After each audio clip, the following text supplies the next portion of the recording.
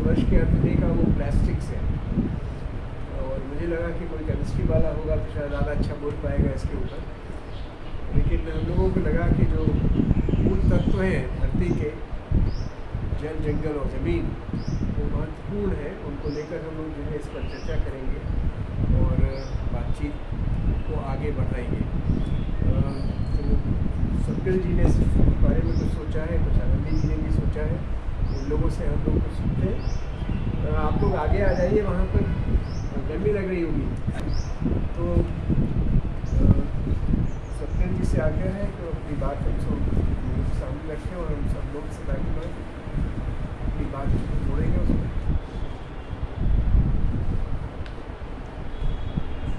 हम सब एक नियत दिन 22 अप्रैल को पृथ्वी दिवस मनाते हैं हर साल, और उस दिन इतने ज़ोर शोर से ढिढोरा पीटा जाता है कि बस इस साल तो हम पृथ्वी को बचाने के लिए जितना भी संघर्ष कर सकते हैं, जितनी भी तैयारी कर सकते हैं, उन सब में अपना पूरा जीवन लगा देंगे। लेकिन 2-4 दिनों की खबर बनने के बाद वो सारी की सारी चीज़ें जो है ढाक के 3 पात की तरीके से हमारे सामने दिखाई पड़ती हैं। पूरी पृथ्वी की बात करना तो एक बात है, लेकिन हमें लगता है कि इस संदर्भ में हम अपने देश की बात करें, अपने देश के दृष्टिकोण की बात करें तो कहीं जो है ज़्यादा हम कनेक्ट कर पाएंगे, हम जोड़ पाएंगे अपने आप। और जब देश की बात की जाए, और जब चर्चा हो रही थी, सर से बातचीत हो रही थी कि विषय क्या रखा जाए रविवारी गोष्ठी का, तो तय हुआ कि जल, जंगल, जमीन की बात करते हैं। जल पर एक कविता अनायास ही जो है वो दिमाग में कौन जाती है। कामायनी की शुरुआत की 4 लाइनें कि हिमगिरी के उत्तुंग शिखर पर बैठ शिला की शीतल छांव, एक पुरुष भीगे नयनों से देख रहा था प्रलय प्रवाह। ऊपर हिम था, नीचे जल था, एक सघन था, एक तरल, एक तत्व की ही प्रधानता, कहो उसे जड़ या चेतन। जल हो, जंगल हो, जमीन हो, इन सब को अलग अलग करके देखना तो संभव नहीं है, और जितने लोग अलग अलग करके देखने की कोशिश करते हैं शायद वो बहुत सारे पहलुओं पर अपनी दृष्टि डाल भी नहीं पाते।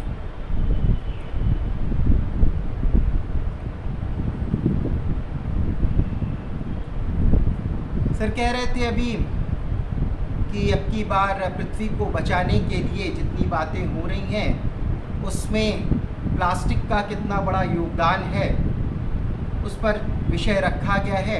आज ही सुबह न्यूज़पेपर में पढ़ रहा था तो ये था कि 1 लीटर पानी की बोतल में 2 लाख से ज़्यादा जो है प्लास्टिक के कण मौजूद हैं, और लगातार हम जो है प्लास्टिक की पानी की बोतल का उपयोग करते जा रहे हैं। और बड़ा अच्छा आर्टिकल हिंदुस्तान में निकला हुआ था, हो सकता है अलग अलग पेपर में अलग अलग निकला हो। हमें क्या क्या करना चाहिए और क्या क्या नहीं करना चाहिए वो सारी बातें तय होती हैं, लिखा जाता है, तालियां बजती हैं और बात खत्म हो जाती है।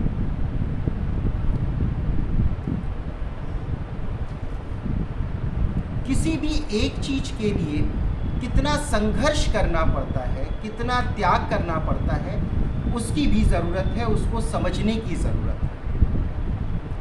जब कभी पानी की बात होती है, पॉल्यूशन की बात होती है, तो मेरे दिमाग में एक नाम सबसे पहले जो उभर करके आता है वो प्रोफेसर GD अग्रवाल का नाम उभर करके आता है।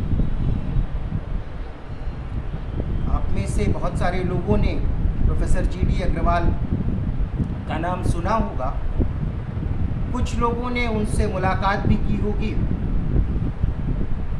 मेरी 2-3 बार की उनसे मुलाकात है। ख़ास तौर पर जब आंदोलनों में बहुत ज़्यादा आना जाना होता था, ख़ास तौर और बड़े बांधों का हम सब विरोध कर रहे थे।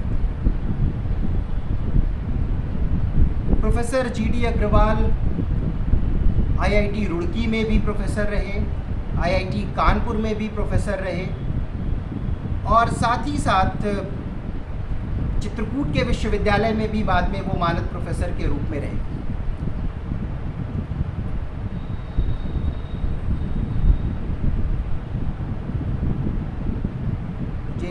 समय तो नहीं याद है और लेकिन अपने अंतिम समय में आप कह सकते हैं तो और 2000 के आसपास ही उन्होंने सब कुछ त्याग भी दिया और उन्होंने कहा कि जो है अब मैं सिर्फ प्रकृति की सेवा में लगना चाहता हूं और उसी के लिए अपना पूरा जीवन समर्पित करना चाहता हूं।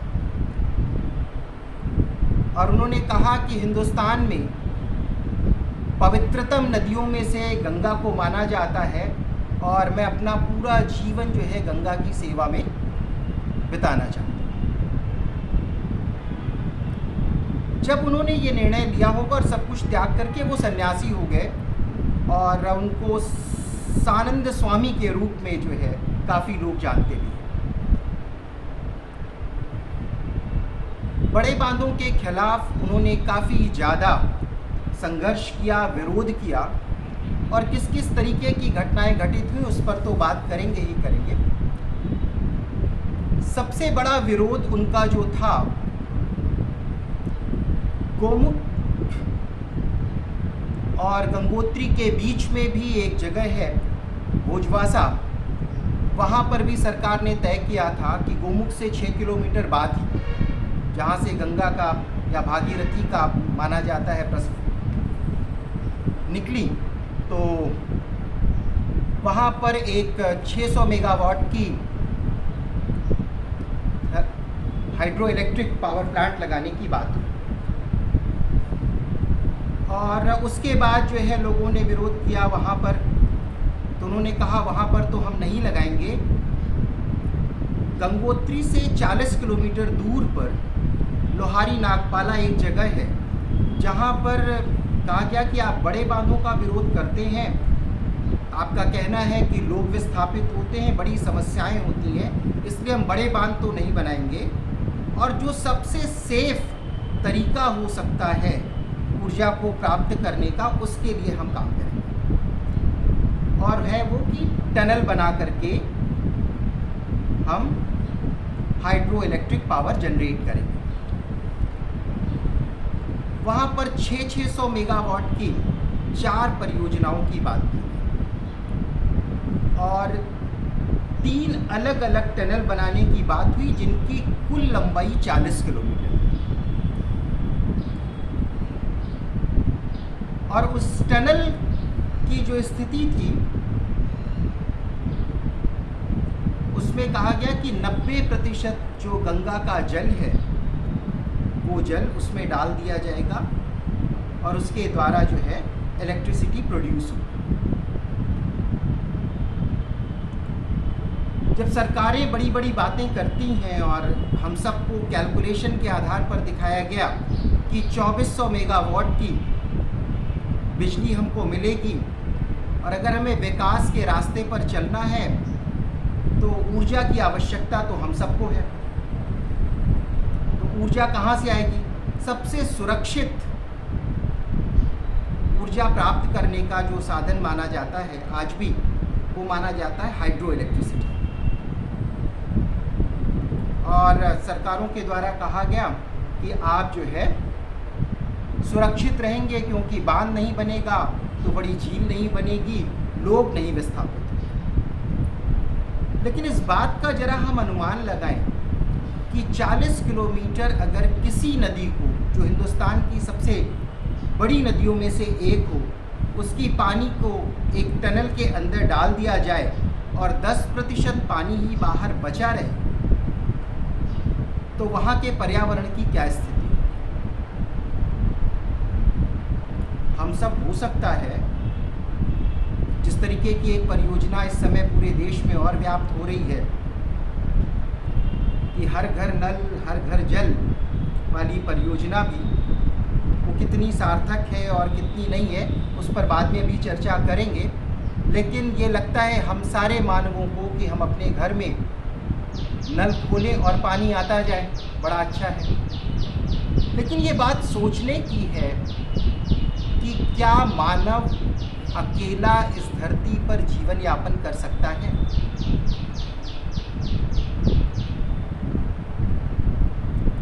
जितने पशु हैं, जितने पक्षी हैं, जितने पेड़ पौधे हैं, उनका क्या? और अगर बड़ी मात्रा में किसी भी नदी का, गंगा तो एक उदाहरण के रूप में है, किसी भी नदी का जल अप्राकृतिक रूप से एक टनल में डाल दिया जाए तो वहाँ की वनस्पति, वहाँ के पर्यावरण, वहाँ के जीव जंतुओं का क्या होगा? उसको लेकर के प्रोफेसर जीडी अग्रवाल ने एक बार नहीं कई बार अनशन किया और लंबा अनशन किया।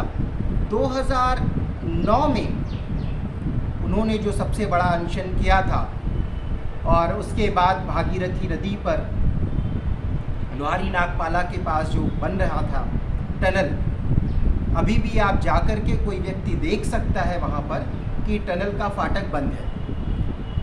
टनल बनी हुई है, बस नदी का पानी उसके अंदर नहीं डाला गया। और लोहारी नागपाला से वो पूरी की पूरी टनल बनते हुए उत्तरकाशी तक आई। ये बात तो थी। विरोध के कारण काफ़ी लोग इकट्ठा हुए और विरोध के कारण वो प्रोजेक्ट बंद कर दिया गया सरकार के द्वारा 2009 में। राजनीतिक दृष्टिकोण से भी कई चीज़ें देखी जा सकती हैं। मैं किसी पार्टी का नाम नहीं लूँगा क्योंकि सबकी स्थिति वही है, सबका विकास का मॉडल वही है। लेकिन उसी तरीके की एक घटना फिर घटित होती है। सरकारों के ऊपर बहुराष्ट्रीय कंपनियों का दबाव होता है कि ऊर्जा तो चाहिए ही चाहिए और उसके लिए आपको एक जगह विरोध हो रहा, उसको छोड़ करके दूसरी जगह से आप शुरू कर दीजिए प्रोजेक्ट। तो प्रोफेसर जीडी अग्रवाल ने फिर से जो है एक लंबी भूख हड़ताल आप कह सकते हैं, आमरण अनशन वाली बात शुरू की और 22 जून 2018 से उन्होंने इसकी शुरुआत की। और एक दो दिन नहीं, 22 जून से लेकर के 11 अक्टूबर तक लगातार आमरण अनशन पर रहे। किसी के कानों में जू नहीं रेंगी और आमरण अनशन के दौरान ही जो है 11 अक्टूबर को उनकी मृत्यु हो जाती है। एक दो जो स्थानीय समाचार पत्र या एकाध जगह फुटकर में चीज़ें आ जाती हैं वो एक अलग बात है, लेकिन कुछ आंदोलनकारी लोग जो है हल्ला मचाते हैं थोड़ी देर के लिए और फिर चीज़ें जो है कहीं ठंडे बस्ते में रख दी जाती हैं। प्रोफेसर जीडी अग्रवाल, जैसा मैंने आपको पहले भी बताया कि एक बड़ा नाम, एक बड़ी हस्ती, और किस किस तरीके की चीज़ें उनके लिए कही गई वो भी समझने की ज़रूरत है, जानने की ज़रूरत है। ख़ास तौर पर उन्होंने जब विरोध शुरू किया कि कम से कम आप गंगा को सबसे पूज्य नदी के रूप में मानते हैं,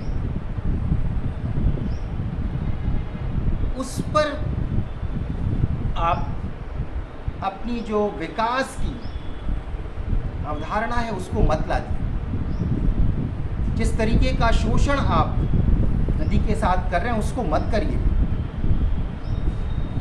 वहीं पर उत्तराखंड के एक मंत्री कहते हैं, उनके अनशन के दौरान दिवाकर भट्ट हैं, और कहते हैं वो कि ऐसा हो सकता है कि उत्तराखंड में इन तथाकथित एंटी हाइड्रो परियोजनाओं के पीछे अमेरिका की सेंट्रल इंटेलिजेंस एजेंसी या पाकिस्तान की इंटर सर्विस इंटेलिजेंस हो, क्योंकि ऐसा करने से वे राज्य और अंततः भारत के विकास में बाधा डाल रहे हैं और इसलिए वे देशद्रोही हैं और लोगों को भी उनका विरोध करना चाहिए।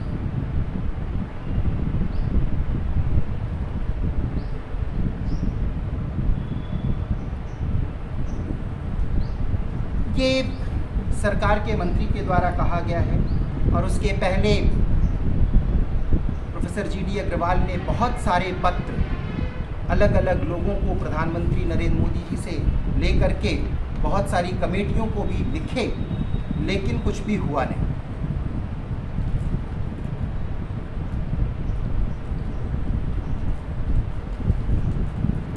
एक और मंत्री उस समय 2018 में ही केंद्रीय जल संसाधन, नदी विकास और गंगा संरक्षण मंत्री थे, जिन्होंने आजकल विकास की एक और धारा प्रस्तुत की है हिंदुस्तान में, नितिन गडकरी जी, कि विकास का मतलब कि चौड़ी सड़कें, हाँ, हाईवेज, जिसमें बड़ी बड़ी गाड़ियाँ, विदेशों से आने वाली गाड़ियाँ कम से कम दौड़ तो सकें, निर्बाध गति से दौड़ सकें। तो उन्होंने कहा, अग्रवाल के उपवास का जवाब दिया, लेकिन GD अग्रवाल के ऊपर कोई असर नहीं हुआ, और धीरे धीरे लोग भी उनके साथ इकट्ठे होते रहे।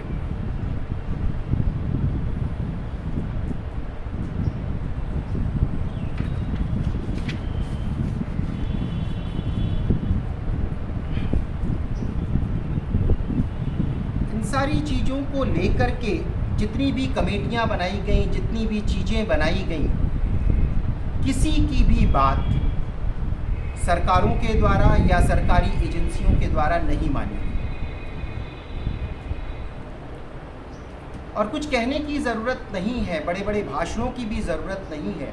अगर हम खुली आँखों से और खुले दिमाग से सिर्फ भ्रमण करते रहें तो हमें पता लगेगा कि हाँ, हम किस दिशा की ओर जा रहे हैं।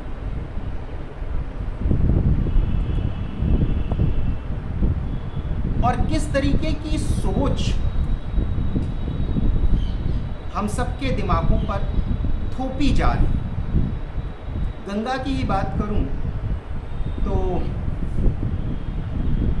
2008 में भी देखा था, गोमुख गया था, और 2017 में भी जब गया तो दो चीज़ें हमें दिखाई पड़ी बहुत खूबसूरत। 2017 में गंगोत्री का जो मंदिर है उसके ठीक आगे बहुत सारी बेंचेस लगी हुई हैं, और उस बेंचेस पे एक बहुत सुंदर सा नाम जो है बड़े बड़े अक्षरों में लिखा हुआ है, और साथ में ही, और किसी का कार्यालय तो नहीं है लेकिन उस कंपनी का कार्यालय भी, वेदांता। लोगो भी बड़ा सुंदर सा है, और गोमुख के पास भी एक बोर्ड बड़ा सा लगा हुआ है जिसमें कि वेदांता का लोगो काफ़ी बड़ा सा लगा हुआ है। वेदांता नाम सुन कर के हर एक व्यक्ति को लगेगा कि हम अपनी परंपराओं की बात कर रहे हैं, हम अपनी संस्कृति की बात कर रहे हैं,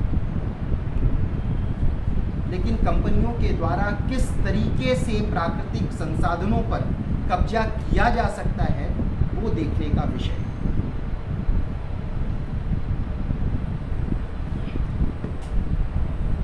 ऐसा नहीं है कि सरकारों के द्वारा आयोगों की स्थापना नहीं हुई या उस दिशा में कदम नहीं उठाए गए। जब कभी भी लोगों का दबाव पड़ा है तो सरकार ने कदम उठाए भी हैं।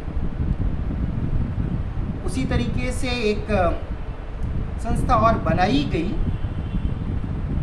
राष्ट्रीय गंगा नदी बेसिन अनुसंधान संस्थान NGRBRI, और उसके उद्देश्य भी जो है निर्धारित किए गए कि हाँ, वो संस्था इन उद्देश्यों को पर काम करेगी, जिसमें गंगा को लेकर के बात कही गई, और ये कहा गया कि गंगा नदी बेसिन के सतत विकास की लघु और दीर्घकालिक योजना के लिए NGBRI द्वारा आवश्यक प्राथमिक पारिस्थितिक डेटा तैयार करें, नदी बेसिन के किनारे जल विज्ञान और प्रदूषण की समस्याओं की जांच करना, सामाजिक, सांस्कृतिक और धार्मिक आयामों का अध्ययन करना, और सतत विकास के लिए पर्यावरण अनुकूल प्रौद्योगिकियों का विकास करना।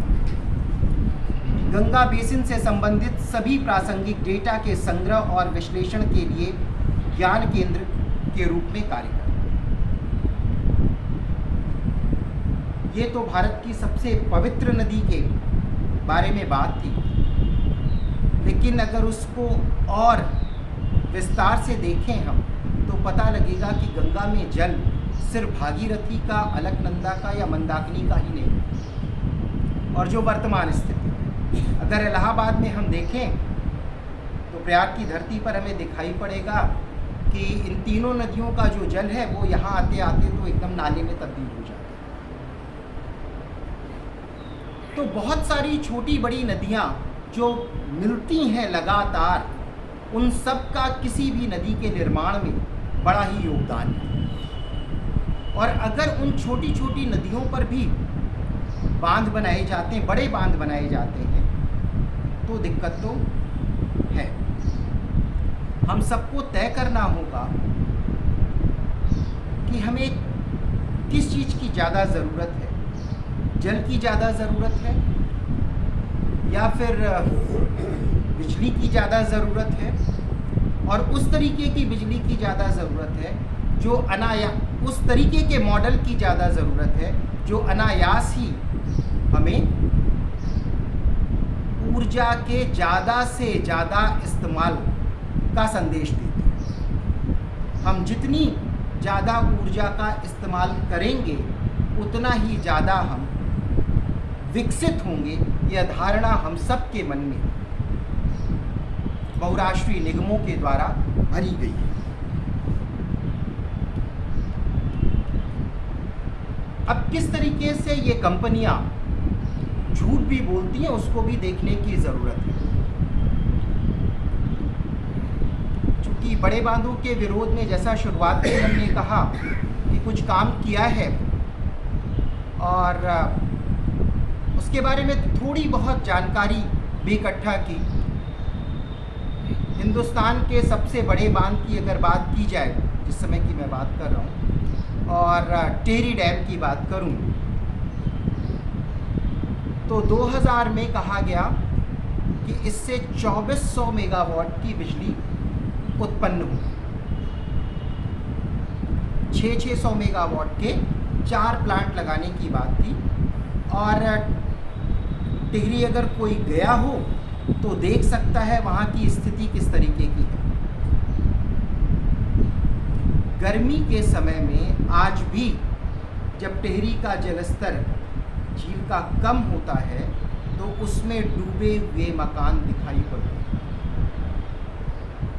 आज भी करीब 70% से अधिक विस्थापितों को मुआवजा नहीं मिला है, जबकि टिहरी डैम को शुरू हुए, पूरी तरीके से कार्य रूप में शुरू हुए 20 साल से ज़्यादा तो गुजर गए।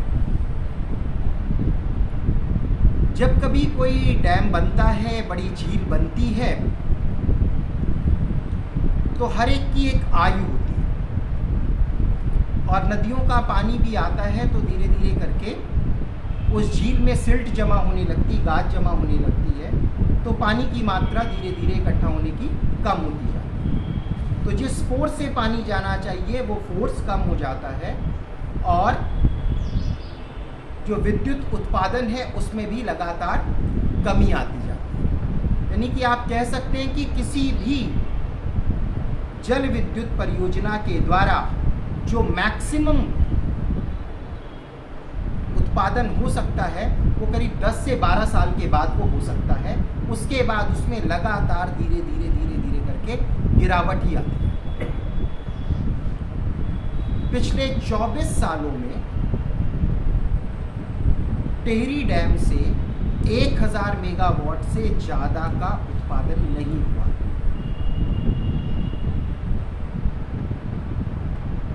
इसका मतलब क्या है कि हम सब के सामने जो बड़े बड़े बोर्ड दिखाई जाते हैं उसमें कहा जाता है कि हाँ 2400 मेगावाट का उत्पादन, और वो झील करीब 40 वर्ग किलोमीटर की झील है, छोटी मोटी झील नहीं है। और लगातार पर्यावरणविद और सारे के सारे लोग कह रहे हैं कि अगर इतनी बड़ी झील का अप्राकृतिक रूप से निर्माण हुआ है और जिस दिन ये झील टूटेगी उस दिन दिल्ली तक का इलाका तो साफ हो जाएगा। 2013 में एक छोटी सी झील टूटी थी और हम सब के सामने केदारनाथ त्रासदी है। उससे भी सबक लेने की ज़रूरत है, सीखने की ज़रूरत है। अब ये कंपनियां या सरकारें क्यों ये झूठ बोलती हैं आंकड़ों के मामले में, वो एकदम सीधा सा तरीका है अगर हम समझ सकें। जिस समय कहा गया कि टिहरी से 2400 मेगावाट की बिजली उत्पन्न होगी और करीब 4 लाख लोगों का विस्थापन था, तो ये कहा गया कि भाई देश हित में इतने लोगों को तो विस्थापित होना ही पड़ेगा, इतना उत्पादन होगा। अगर शुरुआत में ही ये कहा जाता कि हाँ उत्पादन 1000 मेगावाट होगा, तब वो आंकड़े लगाने में बात होती कि 1000 मेगावाट के लिए इतना ज़्यादा विस्थापन कहीं ज़्यादा है, तो लोगों का विरोध जो है कहीं ज़्यादा मुखर रूप से हम सबके सामने आता।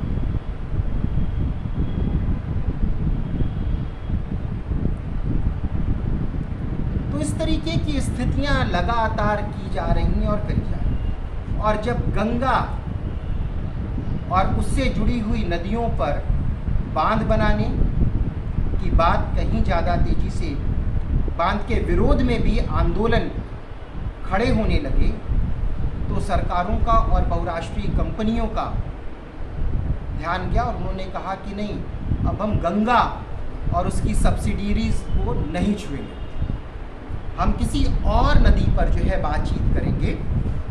और एक बड़ा बांध जिसका नाम पंचेश्वर डैम है, वो उत्तराखंड और नेपाल के बॉर्डर के बीच में बनाया जा रहा है, जिससे कहा जा रहा है कि 6000 मेगावाट से ज़्यादा बड़ी मतलब परियोजना है, इतना बिजली का उत्पादन तो वो करेगी। और टिहरी की झील करीब 40 वर्ग किलोमीटर की थी, ये झील करीब 70 वर्ग किलोमीटर से ज़्यादा बड़ी झील होगी। और आज के आंकड़ों के हिसाब से अगर कहा जाए तो कम से कम 15 से 20 लाख लोग विस्थापित हैं।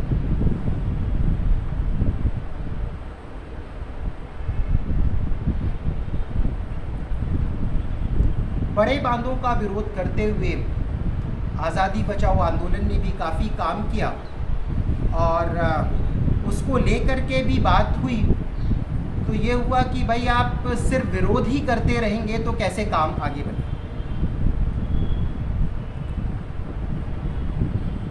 कुछ अल्टरनेटिव तो चाहिए, और अगर अल्टरनेटिव चाहिए तो हम कैसे आगे बढ़ें, इस पर भी विस्तार में चर्चा हुई। और वहीं की उत्तराखंड में इस तरीके की छोटी छोटी बहुत सारी परियोजनाएं मौजूद थीं। यूरेडा के नाम से उत्तराखंड सरकार भी करीब 300 परियोजनाओं को देख रही थी, जिसमें 25 किलोवाट से लेकर के 1 मेगावाट तक के प्लांट लगे थे। लेकिन बड़ी कंपनियों के दबाव में उन सारे प्लांटों पर भी जो है तुषारापात हुआ। आज़ादी बचाओ आंदोलन ने भी 2 प्लांटों को लगाने की बात कही और उन प्लांटों को प्रोड्यूसर कंपनीज की मदद से लगाने की बात की गई। एक इलाका है चमियाला का, बालगंगा नदी है, वहाँ पर 1 मेगावाट के प्लांट की बात हुई। और एक जो है वो डूब क्षेत्र में आजकल आ रहा है, पंचेश्वर डैम के पास का ही इलाका है पनार पर, वहाँ पर भी 1 मेगावाट के प्लांट की बात हुई। और ये तय हुआ कि वो प्लांट आज़ादी बचाओ आंदोलन या स्वराज विद्यापीठ का नहीं होगा, वो प्लांट पूरी तरीके से जो स्थानीय ग्राम समुदाय है उसका होगा। उस ग्राम समुदाय के द्वारा ही उस प्लांट का निर्माण भी होगा और साथ ही साथ उससे जो कुछ भी आय होगी वो समान रूप से उन ग्रामवासियों में वितरित होगी।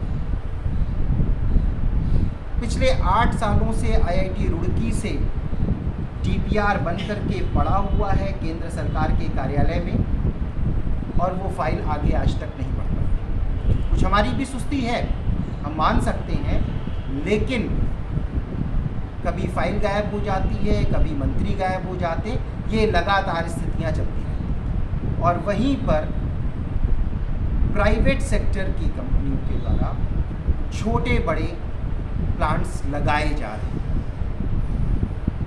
ये एक छोटी सी जगह, सिर्फ उत्तराखंड की बात कर रहा हूँ, और सिर्फ उत्तराखंड में ही नहीं, देश में, और अगर देश में देखने की बात की जाए तो पूरा हिमाचल, पूरा नॉर्थ ईस्ट इसी तरीके की परियोजनाओं में लिप्त है। और ये कहा जा सकता है, इसमें कोई अतिशयोक्ति नहीं है, कि नदियों पर बहुराष्ट्रीय कंपनियों का कब्जा होता चला जा रहा है। नदियों पर बहुराष्ट्रीय कंपनियों का कब्जा होने का मतलब है कि हमारे जल पर बहुराष्ट्रीय कंपनियों का कब्जा।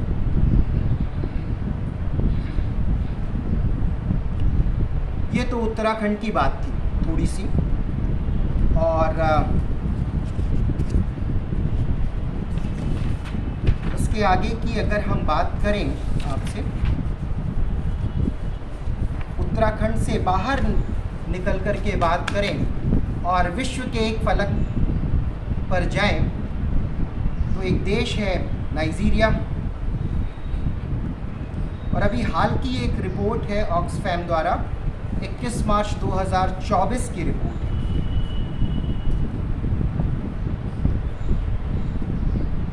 उसमें वो कह रहे हैं पूरी रिपोर्ट में कि 22 मार्च को संयुक्त राष्ट्र के विश्व जल दिवस के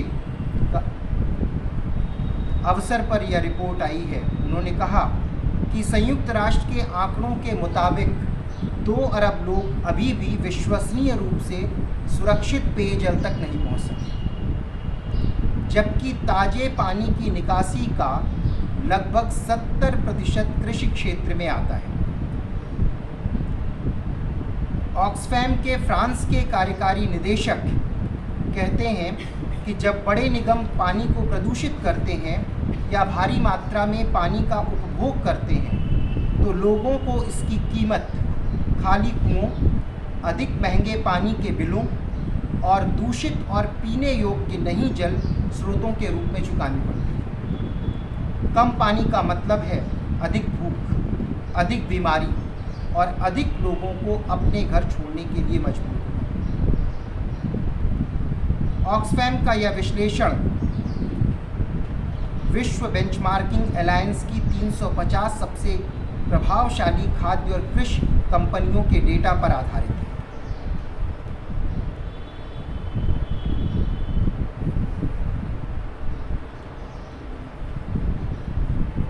इसके बाद वो कहते हैं इसमें रिपोर्ट में कि उत्तरी केन्या, दक्षिणी इथोपिया और सोमालिया के कुछ हिस्सों में ऑक्सफैम ने बताया कि 2023 में 90% पानी के बोरहोल सूख गए।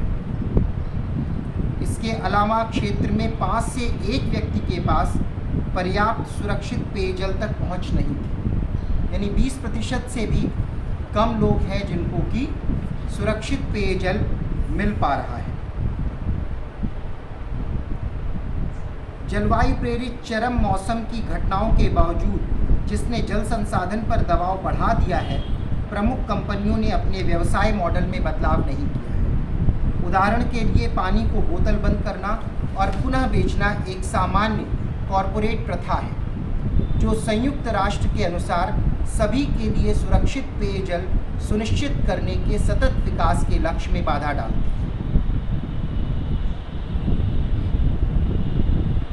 ऑक्सफैम ने और भी कहा है कि हम स्पष्ट रूप से अपनी हम निगमों की सद्भावना पर भरोसा नहीं कर सकते हैं। सरकारों को उन्हें अपने कार्य को साफ करने और लाभ की प्यास से साझा सार्वजनिक वस्तुओं की रक्षा करने के लिए मजबूर करना चाहिए। ऐसे ही एक जगह थी, याद आ रहा है इसको पढ़ते हुए, कोचाबाम्बा, अफ्रीकन कंट्रीज़ में कोचाबाम्बा में बेक्टेल नाम की एक कंपनी थी, जिसने पूरे के पूरे देश के पानी पर कब्जा कर लिया था और ये आज की बात नहीं है, कम से कम 25 साल पहले की बात आप कह सकते हैं। और वहाँ पर हुआ क्या कि पानी के एटीएम लगाए गए।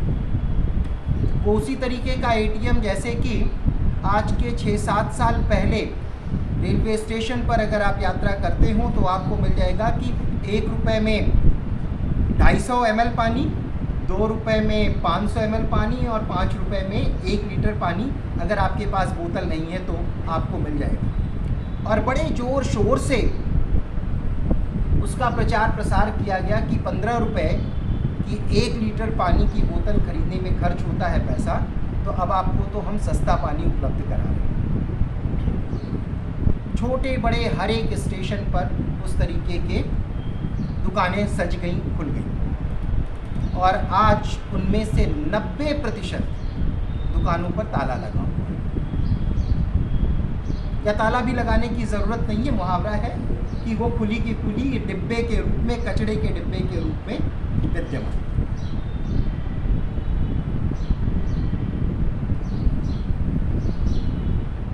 वहाँ पर कोचाबाम्बा में भी लोगों ने काफ़ी विरोध किया, लोगों की ताकत खड़ी हुई और लंबे विरोध के बाद बेक्टेल को वो देश छोड़ करके भागना पड़ा। और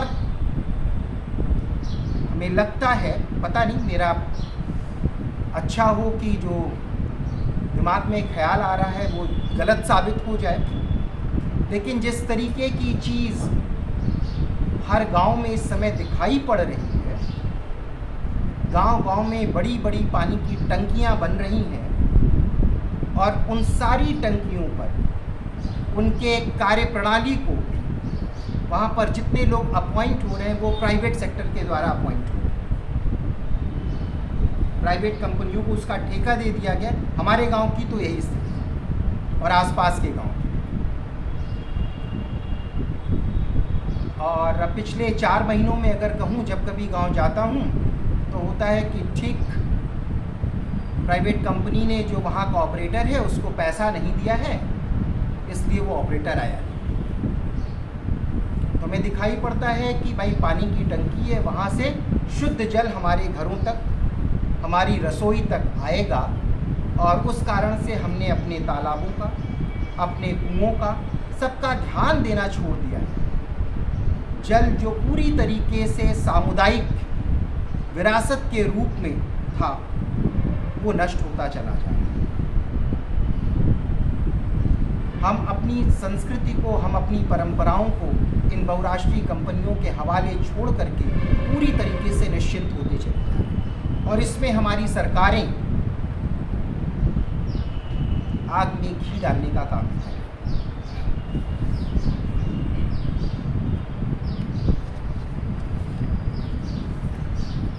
ये तो बात थी पानी की, और पानी की बात से थोड़ा सा अगर आगे निकल कर के देखें, तो विस्तार में देखें, तो पानी और जंगल एक दूसरे से जुड़े हुए हैं और इन दोनों को अलग अलग करके देखना संभव नहीं। पानी है तो जंगल है, जंगल है तो पानी है।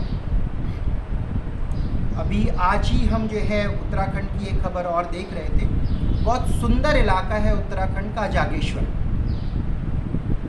और जागेश्वर मंदिर समूह करीब 1000 साल पुराने मंदिरों की पूरी श्रृंखला है और चारों तरफ देवदार के घने जंगल हैं। परसों की ये घटना है कि परसों रात में वहाँ पर उन जंगलों में, देवदार के जंगलों में आग लग जाती है। जबकि देवदार के जंगलों में जल्दी आग नहीं लगती है, एक छोटी सी नदी वहाँ पर बहती हुई मिलती है। वो इलाका भी है जो पुराना रास्ता था मानसरोवर झील जाने के लिए, वो जागेश्वर मंदिर के पीछे से होकर के जाता है आज भी। और उसकी आज फ़ोटो दिखाई पड़ी, और फ़ोटो किसी और संदर्भ में निकाली गई थी कि 19 तारीख को इलेक्शन था वहाँ पर परसों, और जितने लोग थे पोलिंग पार्टी के लोग, आग लगी हुई है पीछे और वो अपना पूरा मशीन बचा करके और भागते हुए निकल गए। तो अगर देवदार के जंगलों में आग लग रही, एक देवदार का पेड़ काटने के लिए कितनी बड़ी सजा हो सकती है, वो लिखित रूप में तो है, वन कानून के अंतर्गत तो है, लेकिन अल्मोड़ा भी अगर कोई जाए और वहाँ पर देखे तो 2 बहुत बड़े पेड़ थे और उन पेड़ों को काट करके 2 बड़े मॉल बना दिए गए हैं, क्योंकि विकास के मॉडल के लिए वो मॉल जो है ज़रूरी है, वो कल्चर बहुत ज़रूरी है।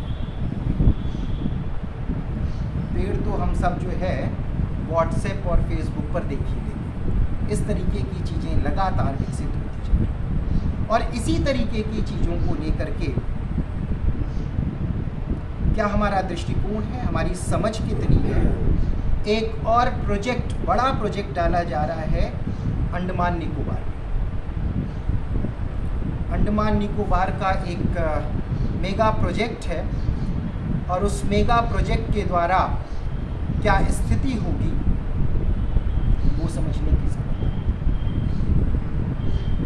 अंडमान निकोबार में बहुत सी जनजातियां रहती हैं, उसमें से एक जनजाति है शोम्पेन। शोम्पेन जनजाति में की जो जनसंख्या है वो 100 से 400 के बीच में है, मात्र इतनी ही जनसंख्या है अगर आंकड़ों के आधार पर हम बात करेंगे। और वो ग्रेट निकोबार द्वीप में रहते हैं और आज भी बाहरी लोगों से इनका संपर्क एकदम नहीं। और जिस जगह पर वो रहते हैं वो जंगल का इलाका है, बहुत खूबसूरत इलाका है। जब सुनामी आई थी तो बहुत सारी चीज़ें वहाँ तबाह हुई थी, लेकिन उनका इलाका और वो जंगल बचा। लेकिन वो जो छोटा सा द्वीप है, उस द्वीप को के लिए एक सपना दिखाया गया है और वो सपना है कि इस द्वीप को हम भारत के हांगकांग में बदल देंगे। सपने इसी तरीके से हम देखते हैं, दिखाए भी जाते हैं। बनारस को क्योटो बनाने की बात की जाती है। बनारस को बनारस रहने दें, प्रयाग को प्रयाग रहने दें। हम क्यों इन शब्दों से आकर्षित हो जाते हैं, ये हमारी समझ से परे है। और भारत के हांगकांग में बदलने की जो योजना है वो भारत सरकार की है और भारत सरकार कोई भी चीज़ अपने हाथ में तो नहीं लेती है। जिस तरीके से ये अभी हम बात कर रहे थे, गांव में जो बड़ी बड़ी पानी की टंकियां बन रही हैं, लग रही हैं, वो किसी कंपनी को दी गई हैं, उसका नाम है L&T। तो L&T वो सारी की सारी चीज़ें, और L&T खुद भी काम नहीं कर रहा है वहाँ पर। L&T अपने से छोटे ठेकेदारों को मुहैया करा दे रहा है कि भैया ठीक, तुम काम करो, उसमें से कुछ पैसा जो मिलेगा वो हमको दे। इसके लिए, इस परियोजना के लिए कितने लोगों ने बात की है, कितने लोगों ने कहा है, वो जानने की ज़रूरत है।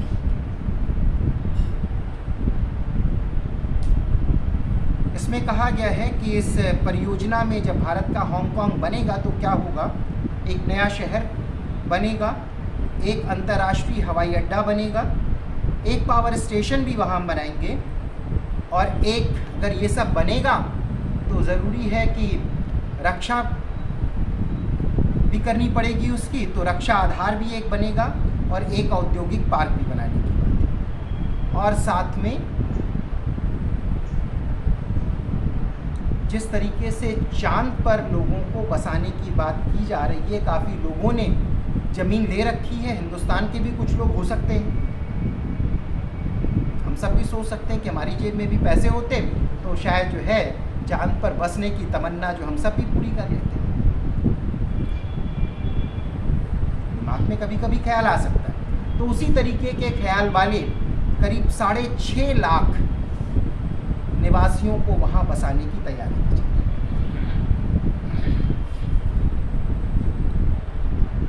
और जो मॉडल है इस पूरे उसमें लिखा हुआ, मॉडल किस तरीके का, वो कह रहे हैं, उदाहरण सुनिएगा, यानी लॉस वेगास के आकार की आबादी। तो मॉडल जो है लॉस वेगास का ही। इस मेगा प्रोजेक्ट को निरस्त करने के लिए 2 पत्र लिखे गए हैं, और 2 पत्र किसने किसने लिखे हैं वो देखिएगा। नरसंहार से संबंधित जिन लोगों ने ये पत्र लिखा है, उनका कहना है कि इस तरीके से अगर आप काम करेंगे तो ये सिर्फ 100 से 400 लोग ही नहीं जाएंगे, पूरा का पूरा जंगल समाप्त हो जाएगा। और अगर विश्व के किसी कोने में कहीं जंगल को, किसी भी जंगल को नुकसान होता है तो वहाँ पर रहने में, आसपास के रहने वाली आबादी को तुरंत कठिनाइयों का सामना तो करना ही पड़ता है, लेकिन विश्व के हर एक कोने पर, विश्व की हर एक जगह पर दिक्कत तो वो कहते हैं भारत सरकार को पत्र लिख करके कि एक अलग थलग जनजाति के द्वीप को एक मेगा पोर्ट और शहर में बदलने की उसकी योजना उन्हें मिटा देगी। पत्र का हिंदी अनुवाद में पढ़ रहा हूँ। हम नरसंहार के अपराध पर विशेषज्ञता रखने वालों के रूप में अपनी अत्यधिक चिंता व्यक्त करने के लिए लिख रहे हैं कि भारत के ग्रेट निकोबार द्वीप के स्वदेशी शोम्पेन लोगों को नरसंहार का सामना करना पड़ेगा यदि उनके द्वीप को भारत के हांगकांग में बदलने की योजना आगे बढ़ती है।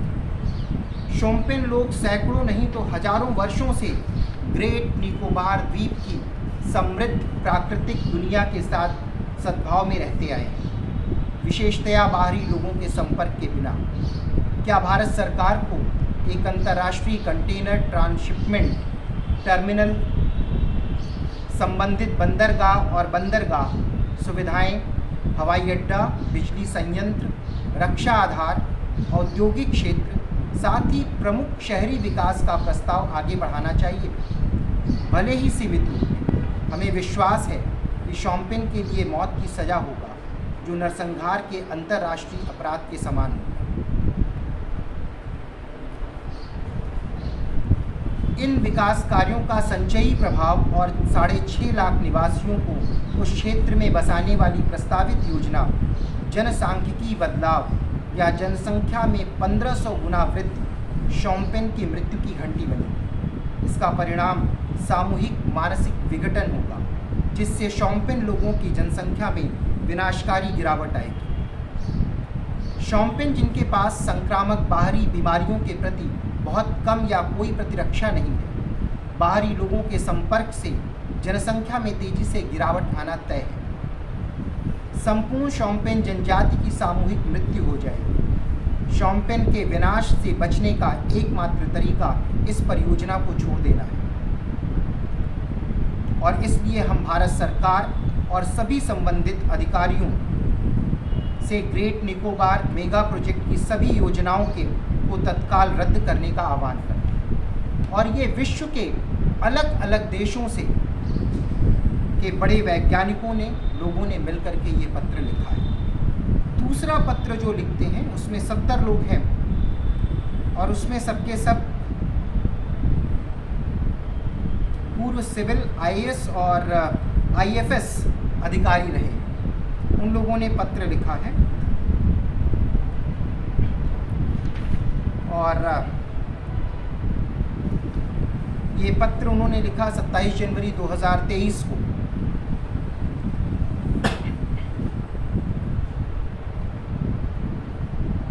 इसको पढ़ रहा हूँ। फिर भारत के राष्ट्रपति को लिख रहे हैं, वो लिख रहे हैं, आज हम उस पर्यावरणीय और पारिस्थितिकी विनाश के बारे में नहीं लिख रहे हैं जो इस परियोजना से होने की संभावना है, बल्कि ग्रेट निकोबार द्वीप के 2 जनजातीय लोगों के समूहों के भाग्य के बारे में लिख रहे हैं। अर्थात शोम्पेन, जो एक विशेष रूप से कमज़ोर जनजातीय समूह है, वे अपने अधिकांश पारंपरिक वन चारागाहों को खो देंगे, और दक्षिणी ग्रेट निकोबारी, एक अन्य अनुसूचित जनजाति जो पहले से ही 2004 की सुनामी से बुरी तरह प्रभावित हुई है, उन्हें अपने पैतृक गांव से बाहर निकलना पड़ा और प्रशासनिक केंद्र के करीब बसना पड़ा।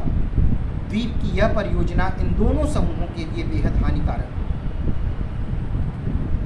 जैसा कि हमें पता चला कि घटनाओं की समय सीमा के अनुसार 12 अगस्त 2021 को जनजातीय कल्याण निदेशालय, एक निकाय जिसका उद्देश्य जनजातीय समुदायों के अधिकारों की रक्षा करना, और यह सुनिश्चित करना है कि उनके लिए बनी विभिन्न नियमों और नीतियों को लागू किया जाए। इस निदेशालय ने एक वचन पत्र जारी किया कि परियोजना के लिए आवश्यक नियमों, कानूनों और नीतियों से कोई भी छूट प्राप्त की जा सकती है। इससे निदेशालय के मूल उद्देश्य का उल्लंघन होगा। एक साल बाद 12 अगस्त 2022 को एक विशेष ग्राम सभा की बैठक हुई, जिसमें यह निर्णय लिया गया कि द्वीप की सीमाओं के भीतर आदिवासी आरक्षित भूमि का एक हिस्सा ग्रेट निकोबार के समग्र विकास के लिए इस्तेमाल किया जाएगा। दूसरे हिस्से में वर्तमान जनजातीय अभयारण्य के बाहर से और द्वीप के अलग हिस्से की भूमि जनजातीय अभयारण्य में जोड़ी जाएगी। हम कानून के किसी भी प्रावधान से अनभिज्ञ हैं जो इस तरह के बदलाव की अनुमति देता है, और यह सब संबंधित जनजातीय समूहों की इच्छा के बिना होगा। 4 दिन बाद 16 अगस्त 2021 को आदिवासी आरक्षित भूमि के डायवर्जन के लिए एनओसी पर बीडीओ, अंडमान आदिम जनजाति विकास समिति के प्रतिनिधि प्रमुख और आदिवासी परिषद के अध्यक्ष द्वारा हस्ताक्षर किए। 25 अगस्त 2022 को निकोबारियों को यह ज्ञात हो गया कि जिस भूमि को हस्तांतरित करने पर सहमति हुई है, यह उनकी अपनी पूर्व पैतृक घरेलू भूमि है। उन्होंने उपराज्यपाल को पत्र लिख करके कहा है और अपने आप को स्थानांतरित करने का अनुरोध किया है। लेकिन इन सारी चीज़ों पर कोई भी कार्रवाई आगे नहीं बढ़ी है। ये एक लंबा पत्र है और इस पत्र के साथ जो है इसको पढ़ने की ज़रूरत है। लोग अगर पढ़ें तो अच्छा लगेगा।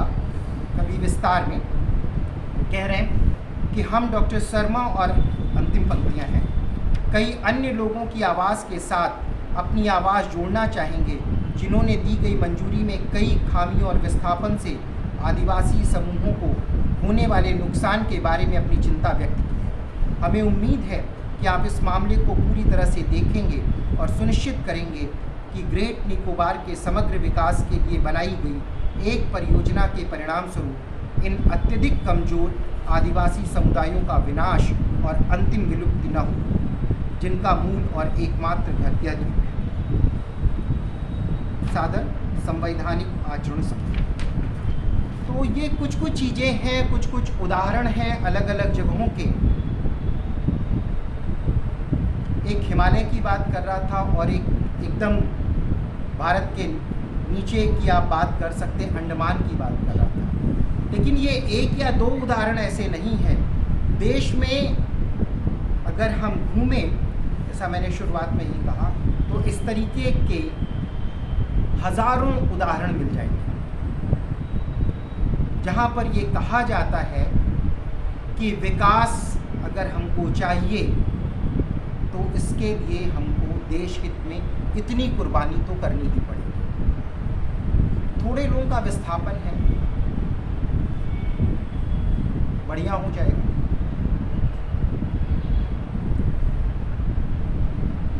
ये तो जंगल की बात थी। और अगर ज़मीन की बात की जाए खास तौर पर साथ में इससे जोड़ते हुए ही, तो एक संदर्भ जिसका हमको और आनंदी जी को प्रत्यक्ष अनुभव रहा है कई बार, जब हम लोग हरियाणा के गांव में ठहरे हैं और वहाँ पर लोगों से बातचीत की है, तो पता लगा है कि क्या हुआ।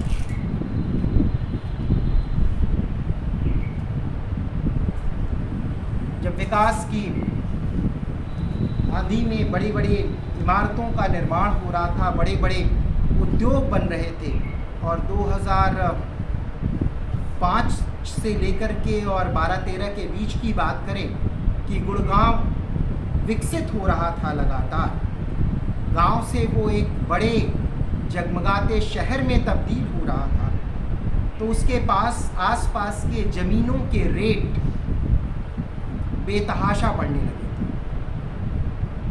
और उस तरीके की स्थिति इलाहाबाद में भी हम सबको अब दिखाई पड़ती है।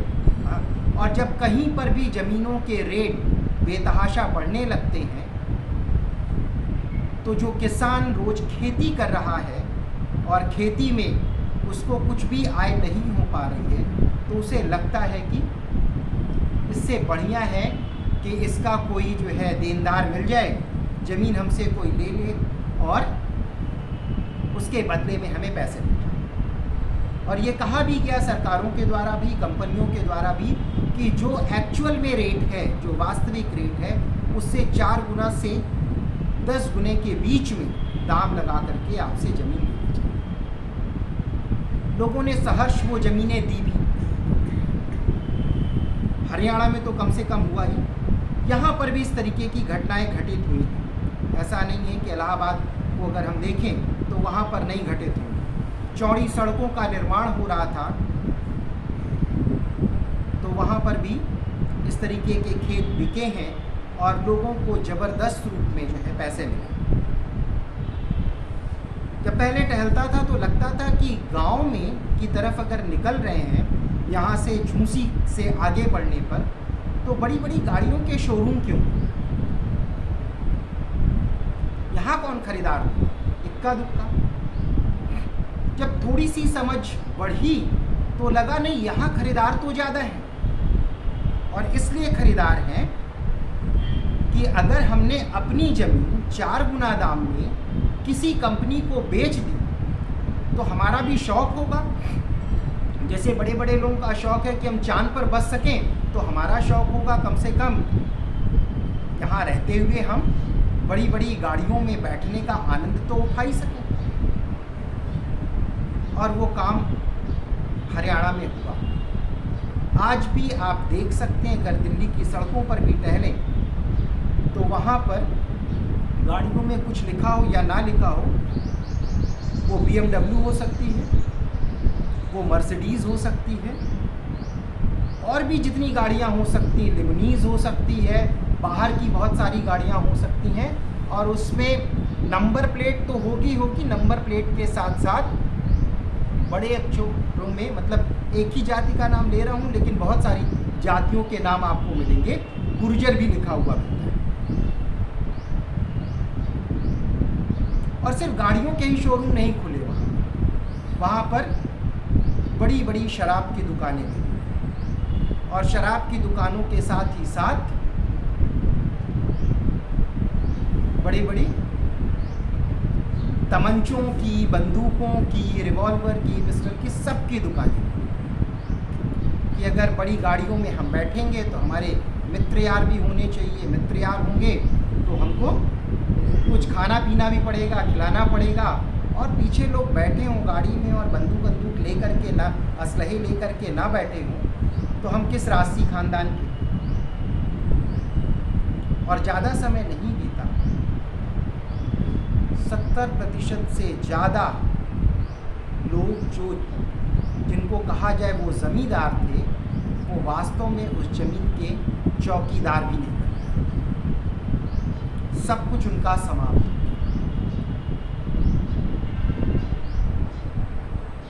जितनी मल्टीनेशनल कंपनीज हैं, जब वो हमको इस तरीके से पैसे देती हैं, अनायास पैसे देती हैं, तो उन्हें पता होता है कि किस तरीके से उस पैसे को हमको वापस भी लेना है। मॉडल ही इस तरीके से बनाया जाता है, इस तरीके से उनका प्रचार प्रसार ही किया जाता है।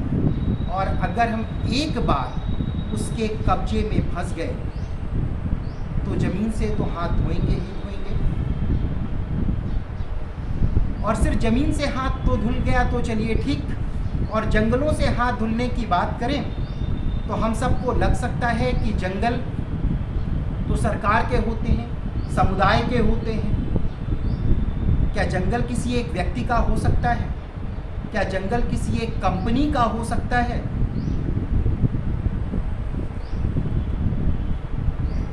तो अभी जहाँ से होकर के आ रहा हूँ 4 दिन पहले,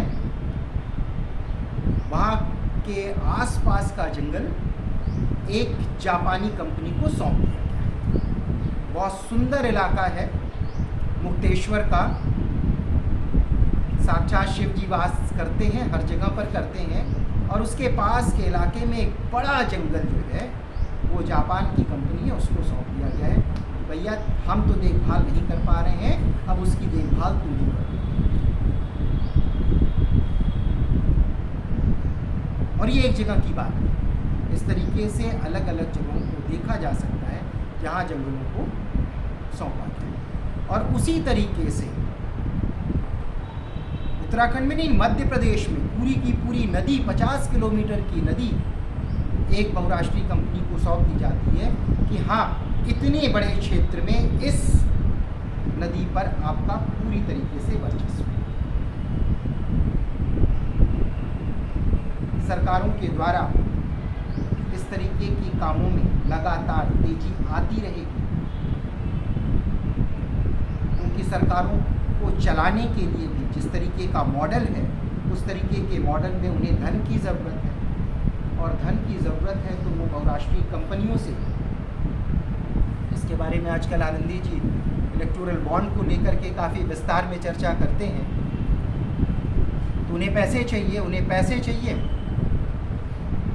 एक हाथ लेना और एक हाथ देना वाली स्थिति हो रही है। लेकिन तय करना होगा कि हमें क्या करना है, क्योंकि ये जीवन तो हमारा है, ये जीवन हम सब का है। अगर हमारे जंगल नहीं बचे, हमारी नदियाँ नहीं बची, हमारी धरती नहीं बची, तो हम कैसे बचेंगे? और इसके लिए एक दो नहीं, हम सबको मिल करके प्रयास करने की ज़रूरत है। तो आज के लिए इतना ही, थोड़ा सा, और इस चर्चा को आप सब आगे बढ़ा सकते हैं, अपनी बातें कह सकते हैं।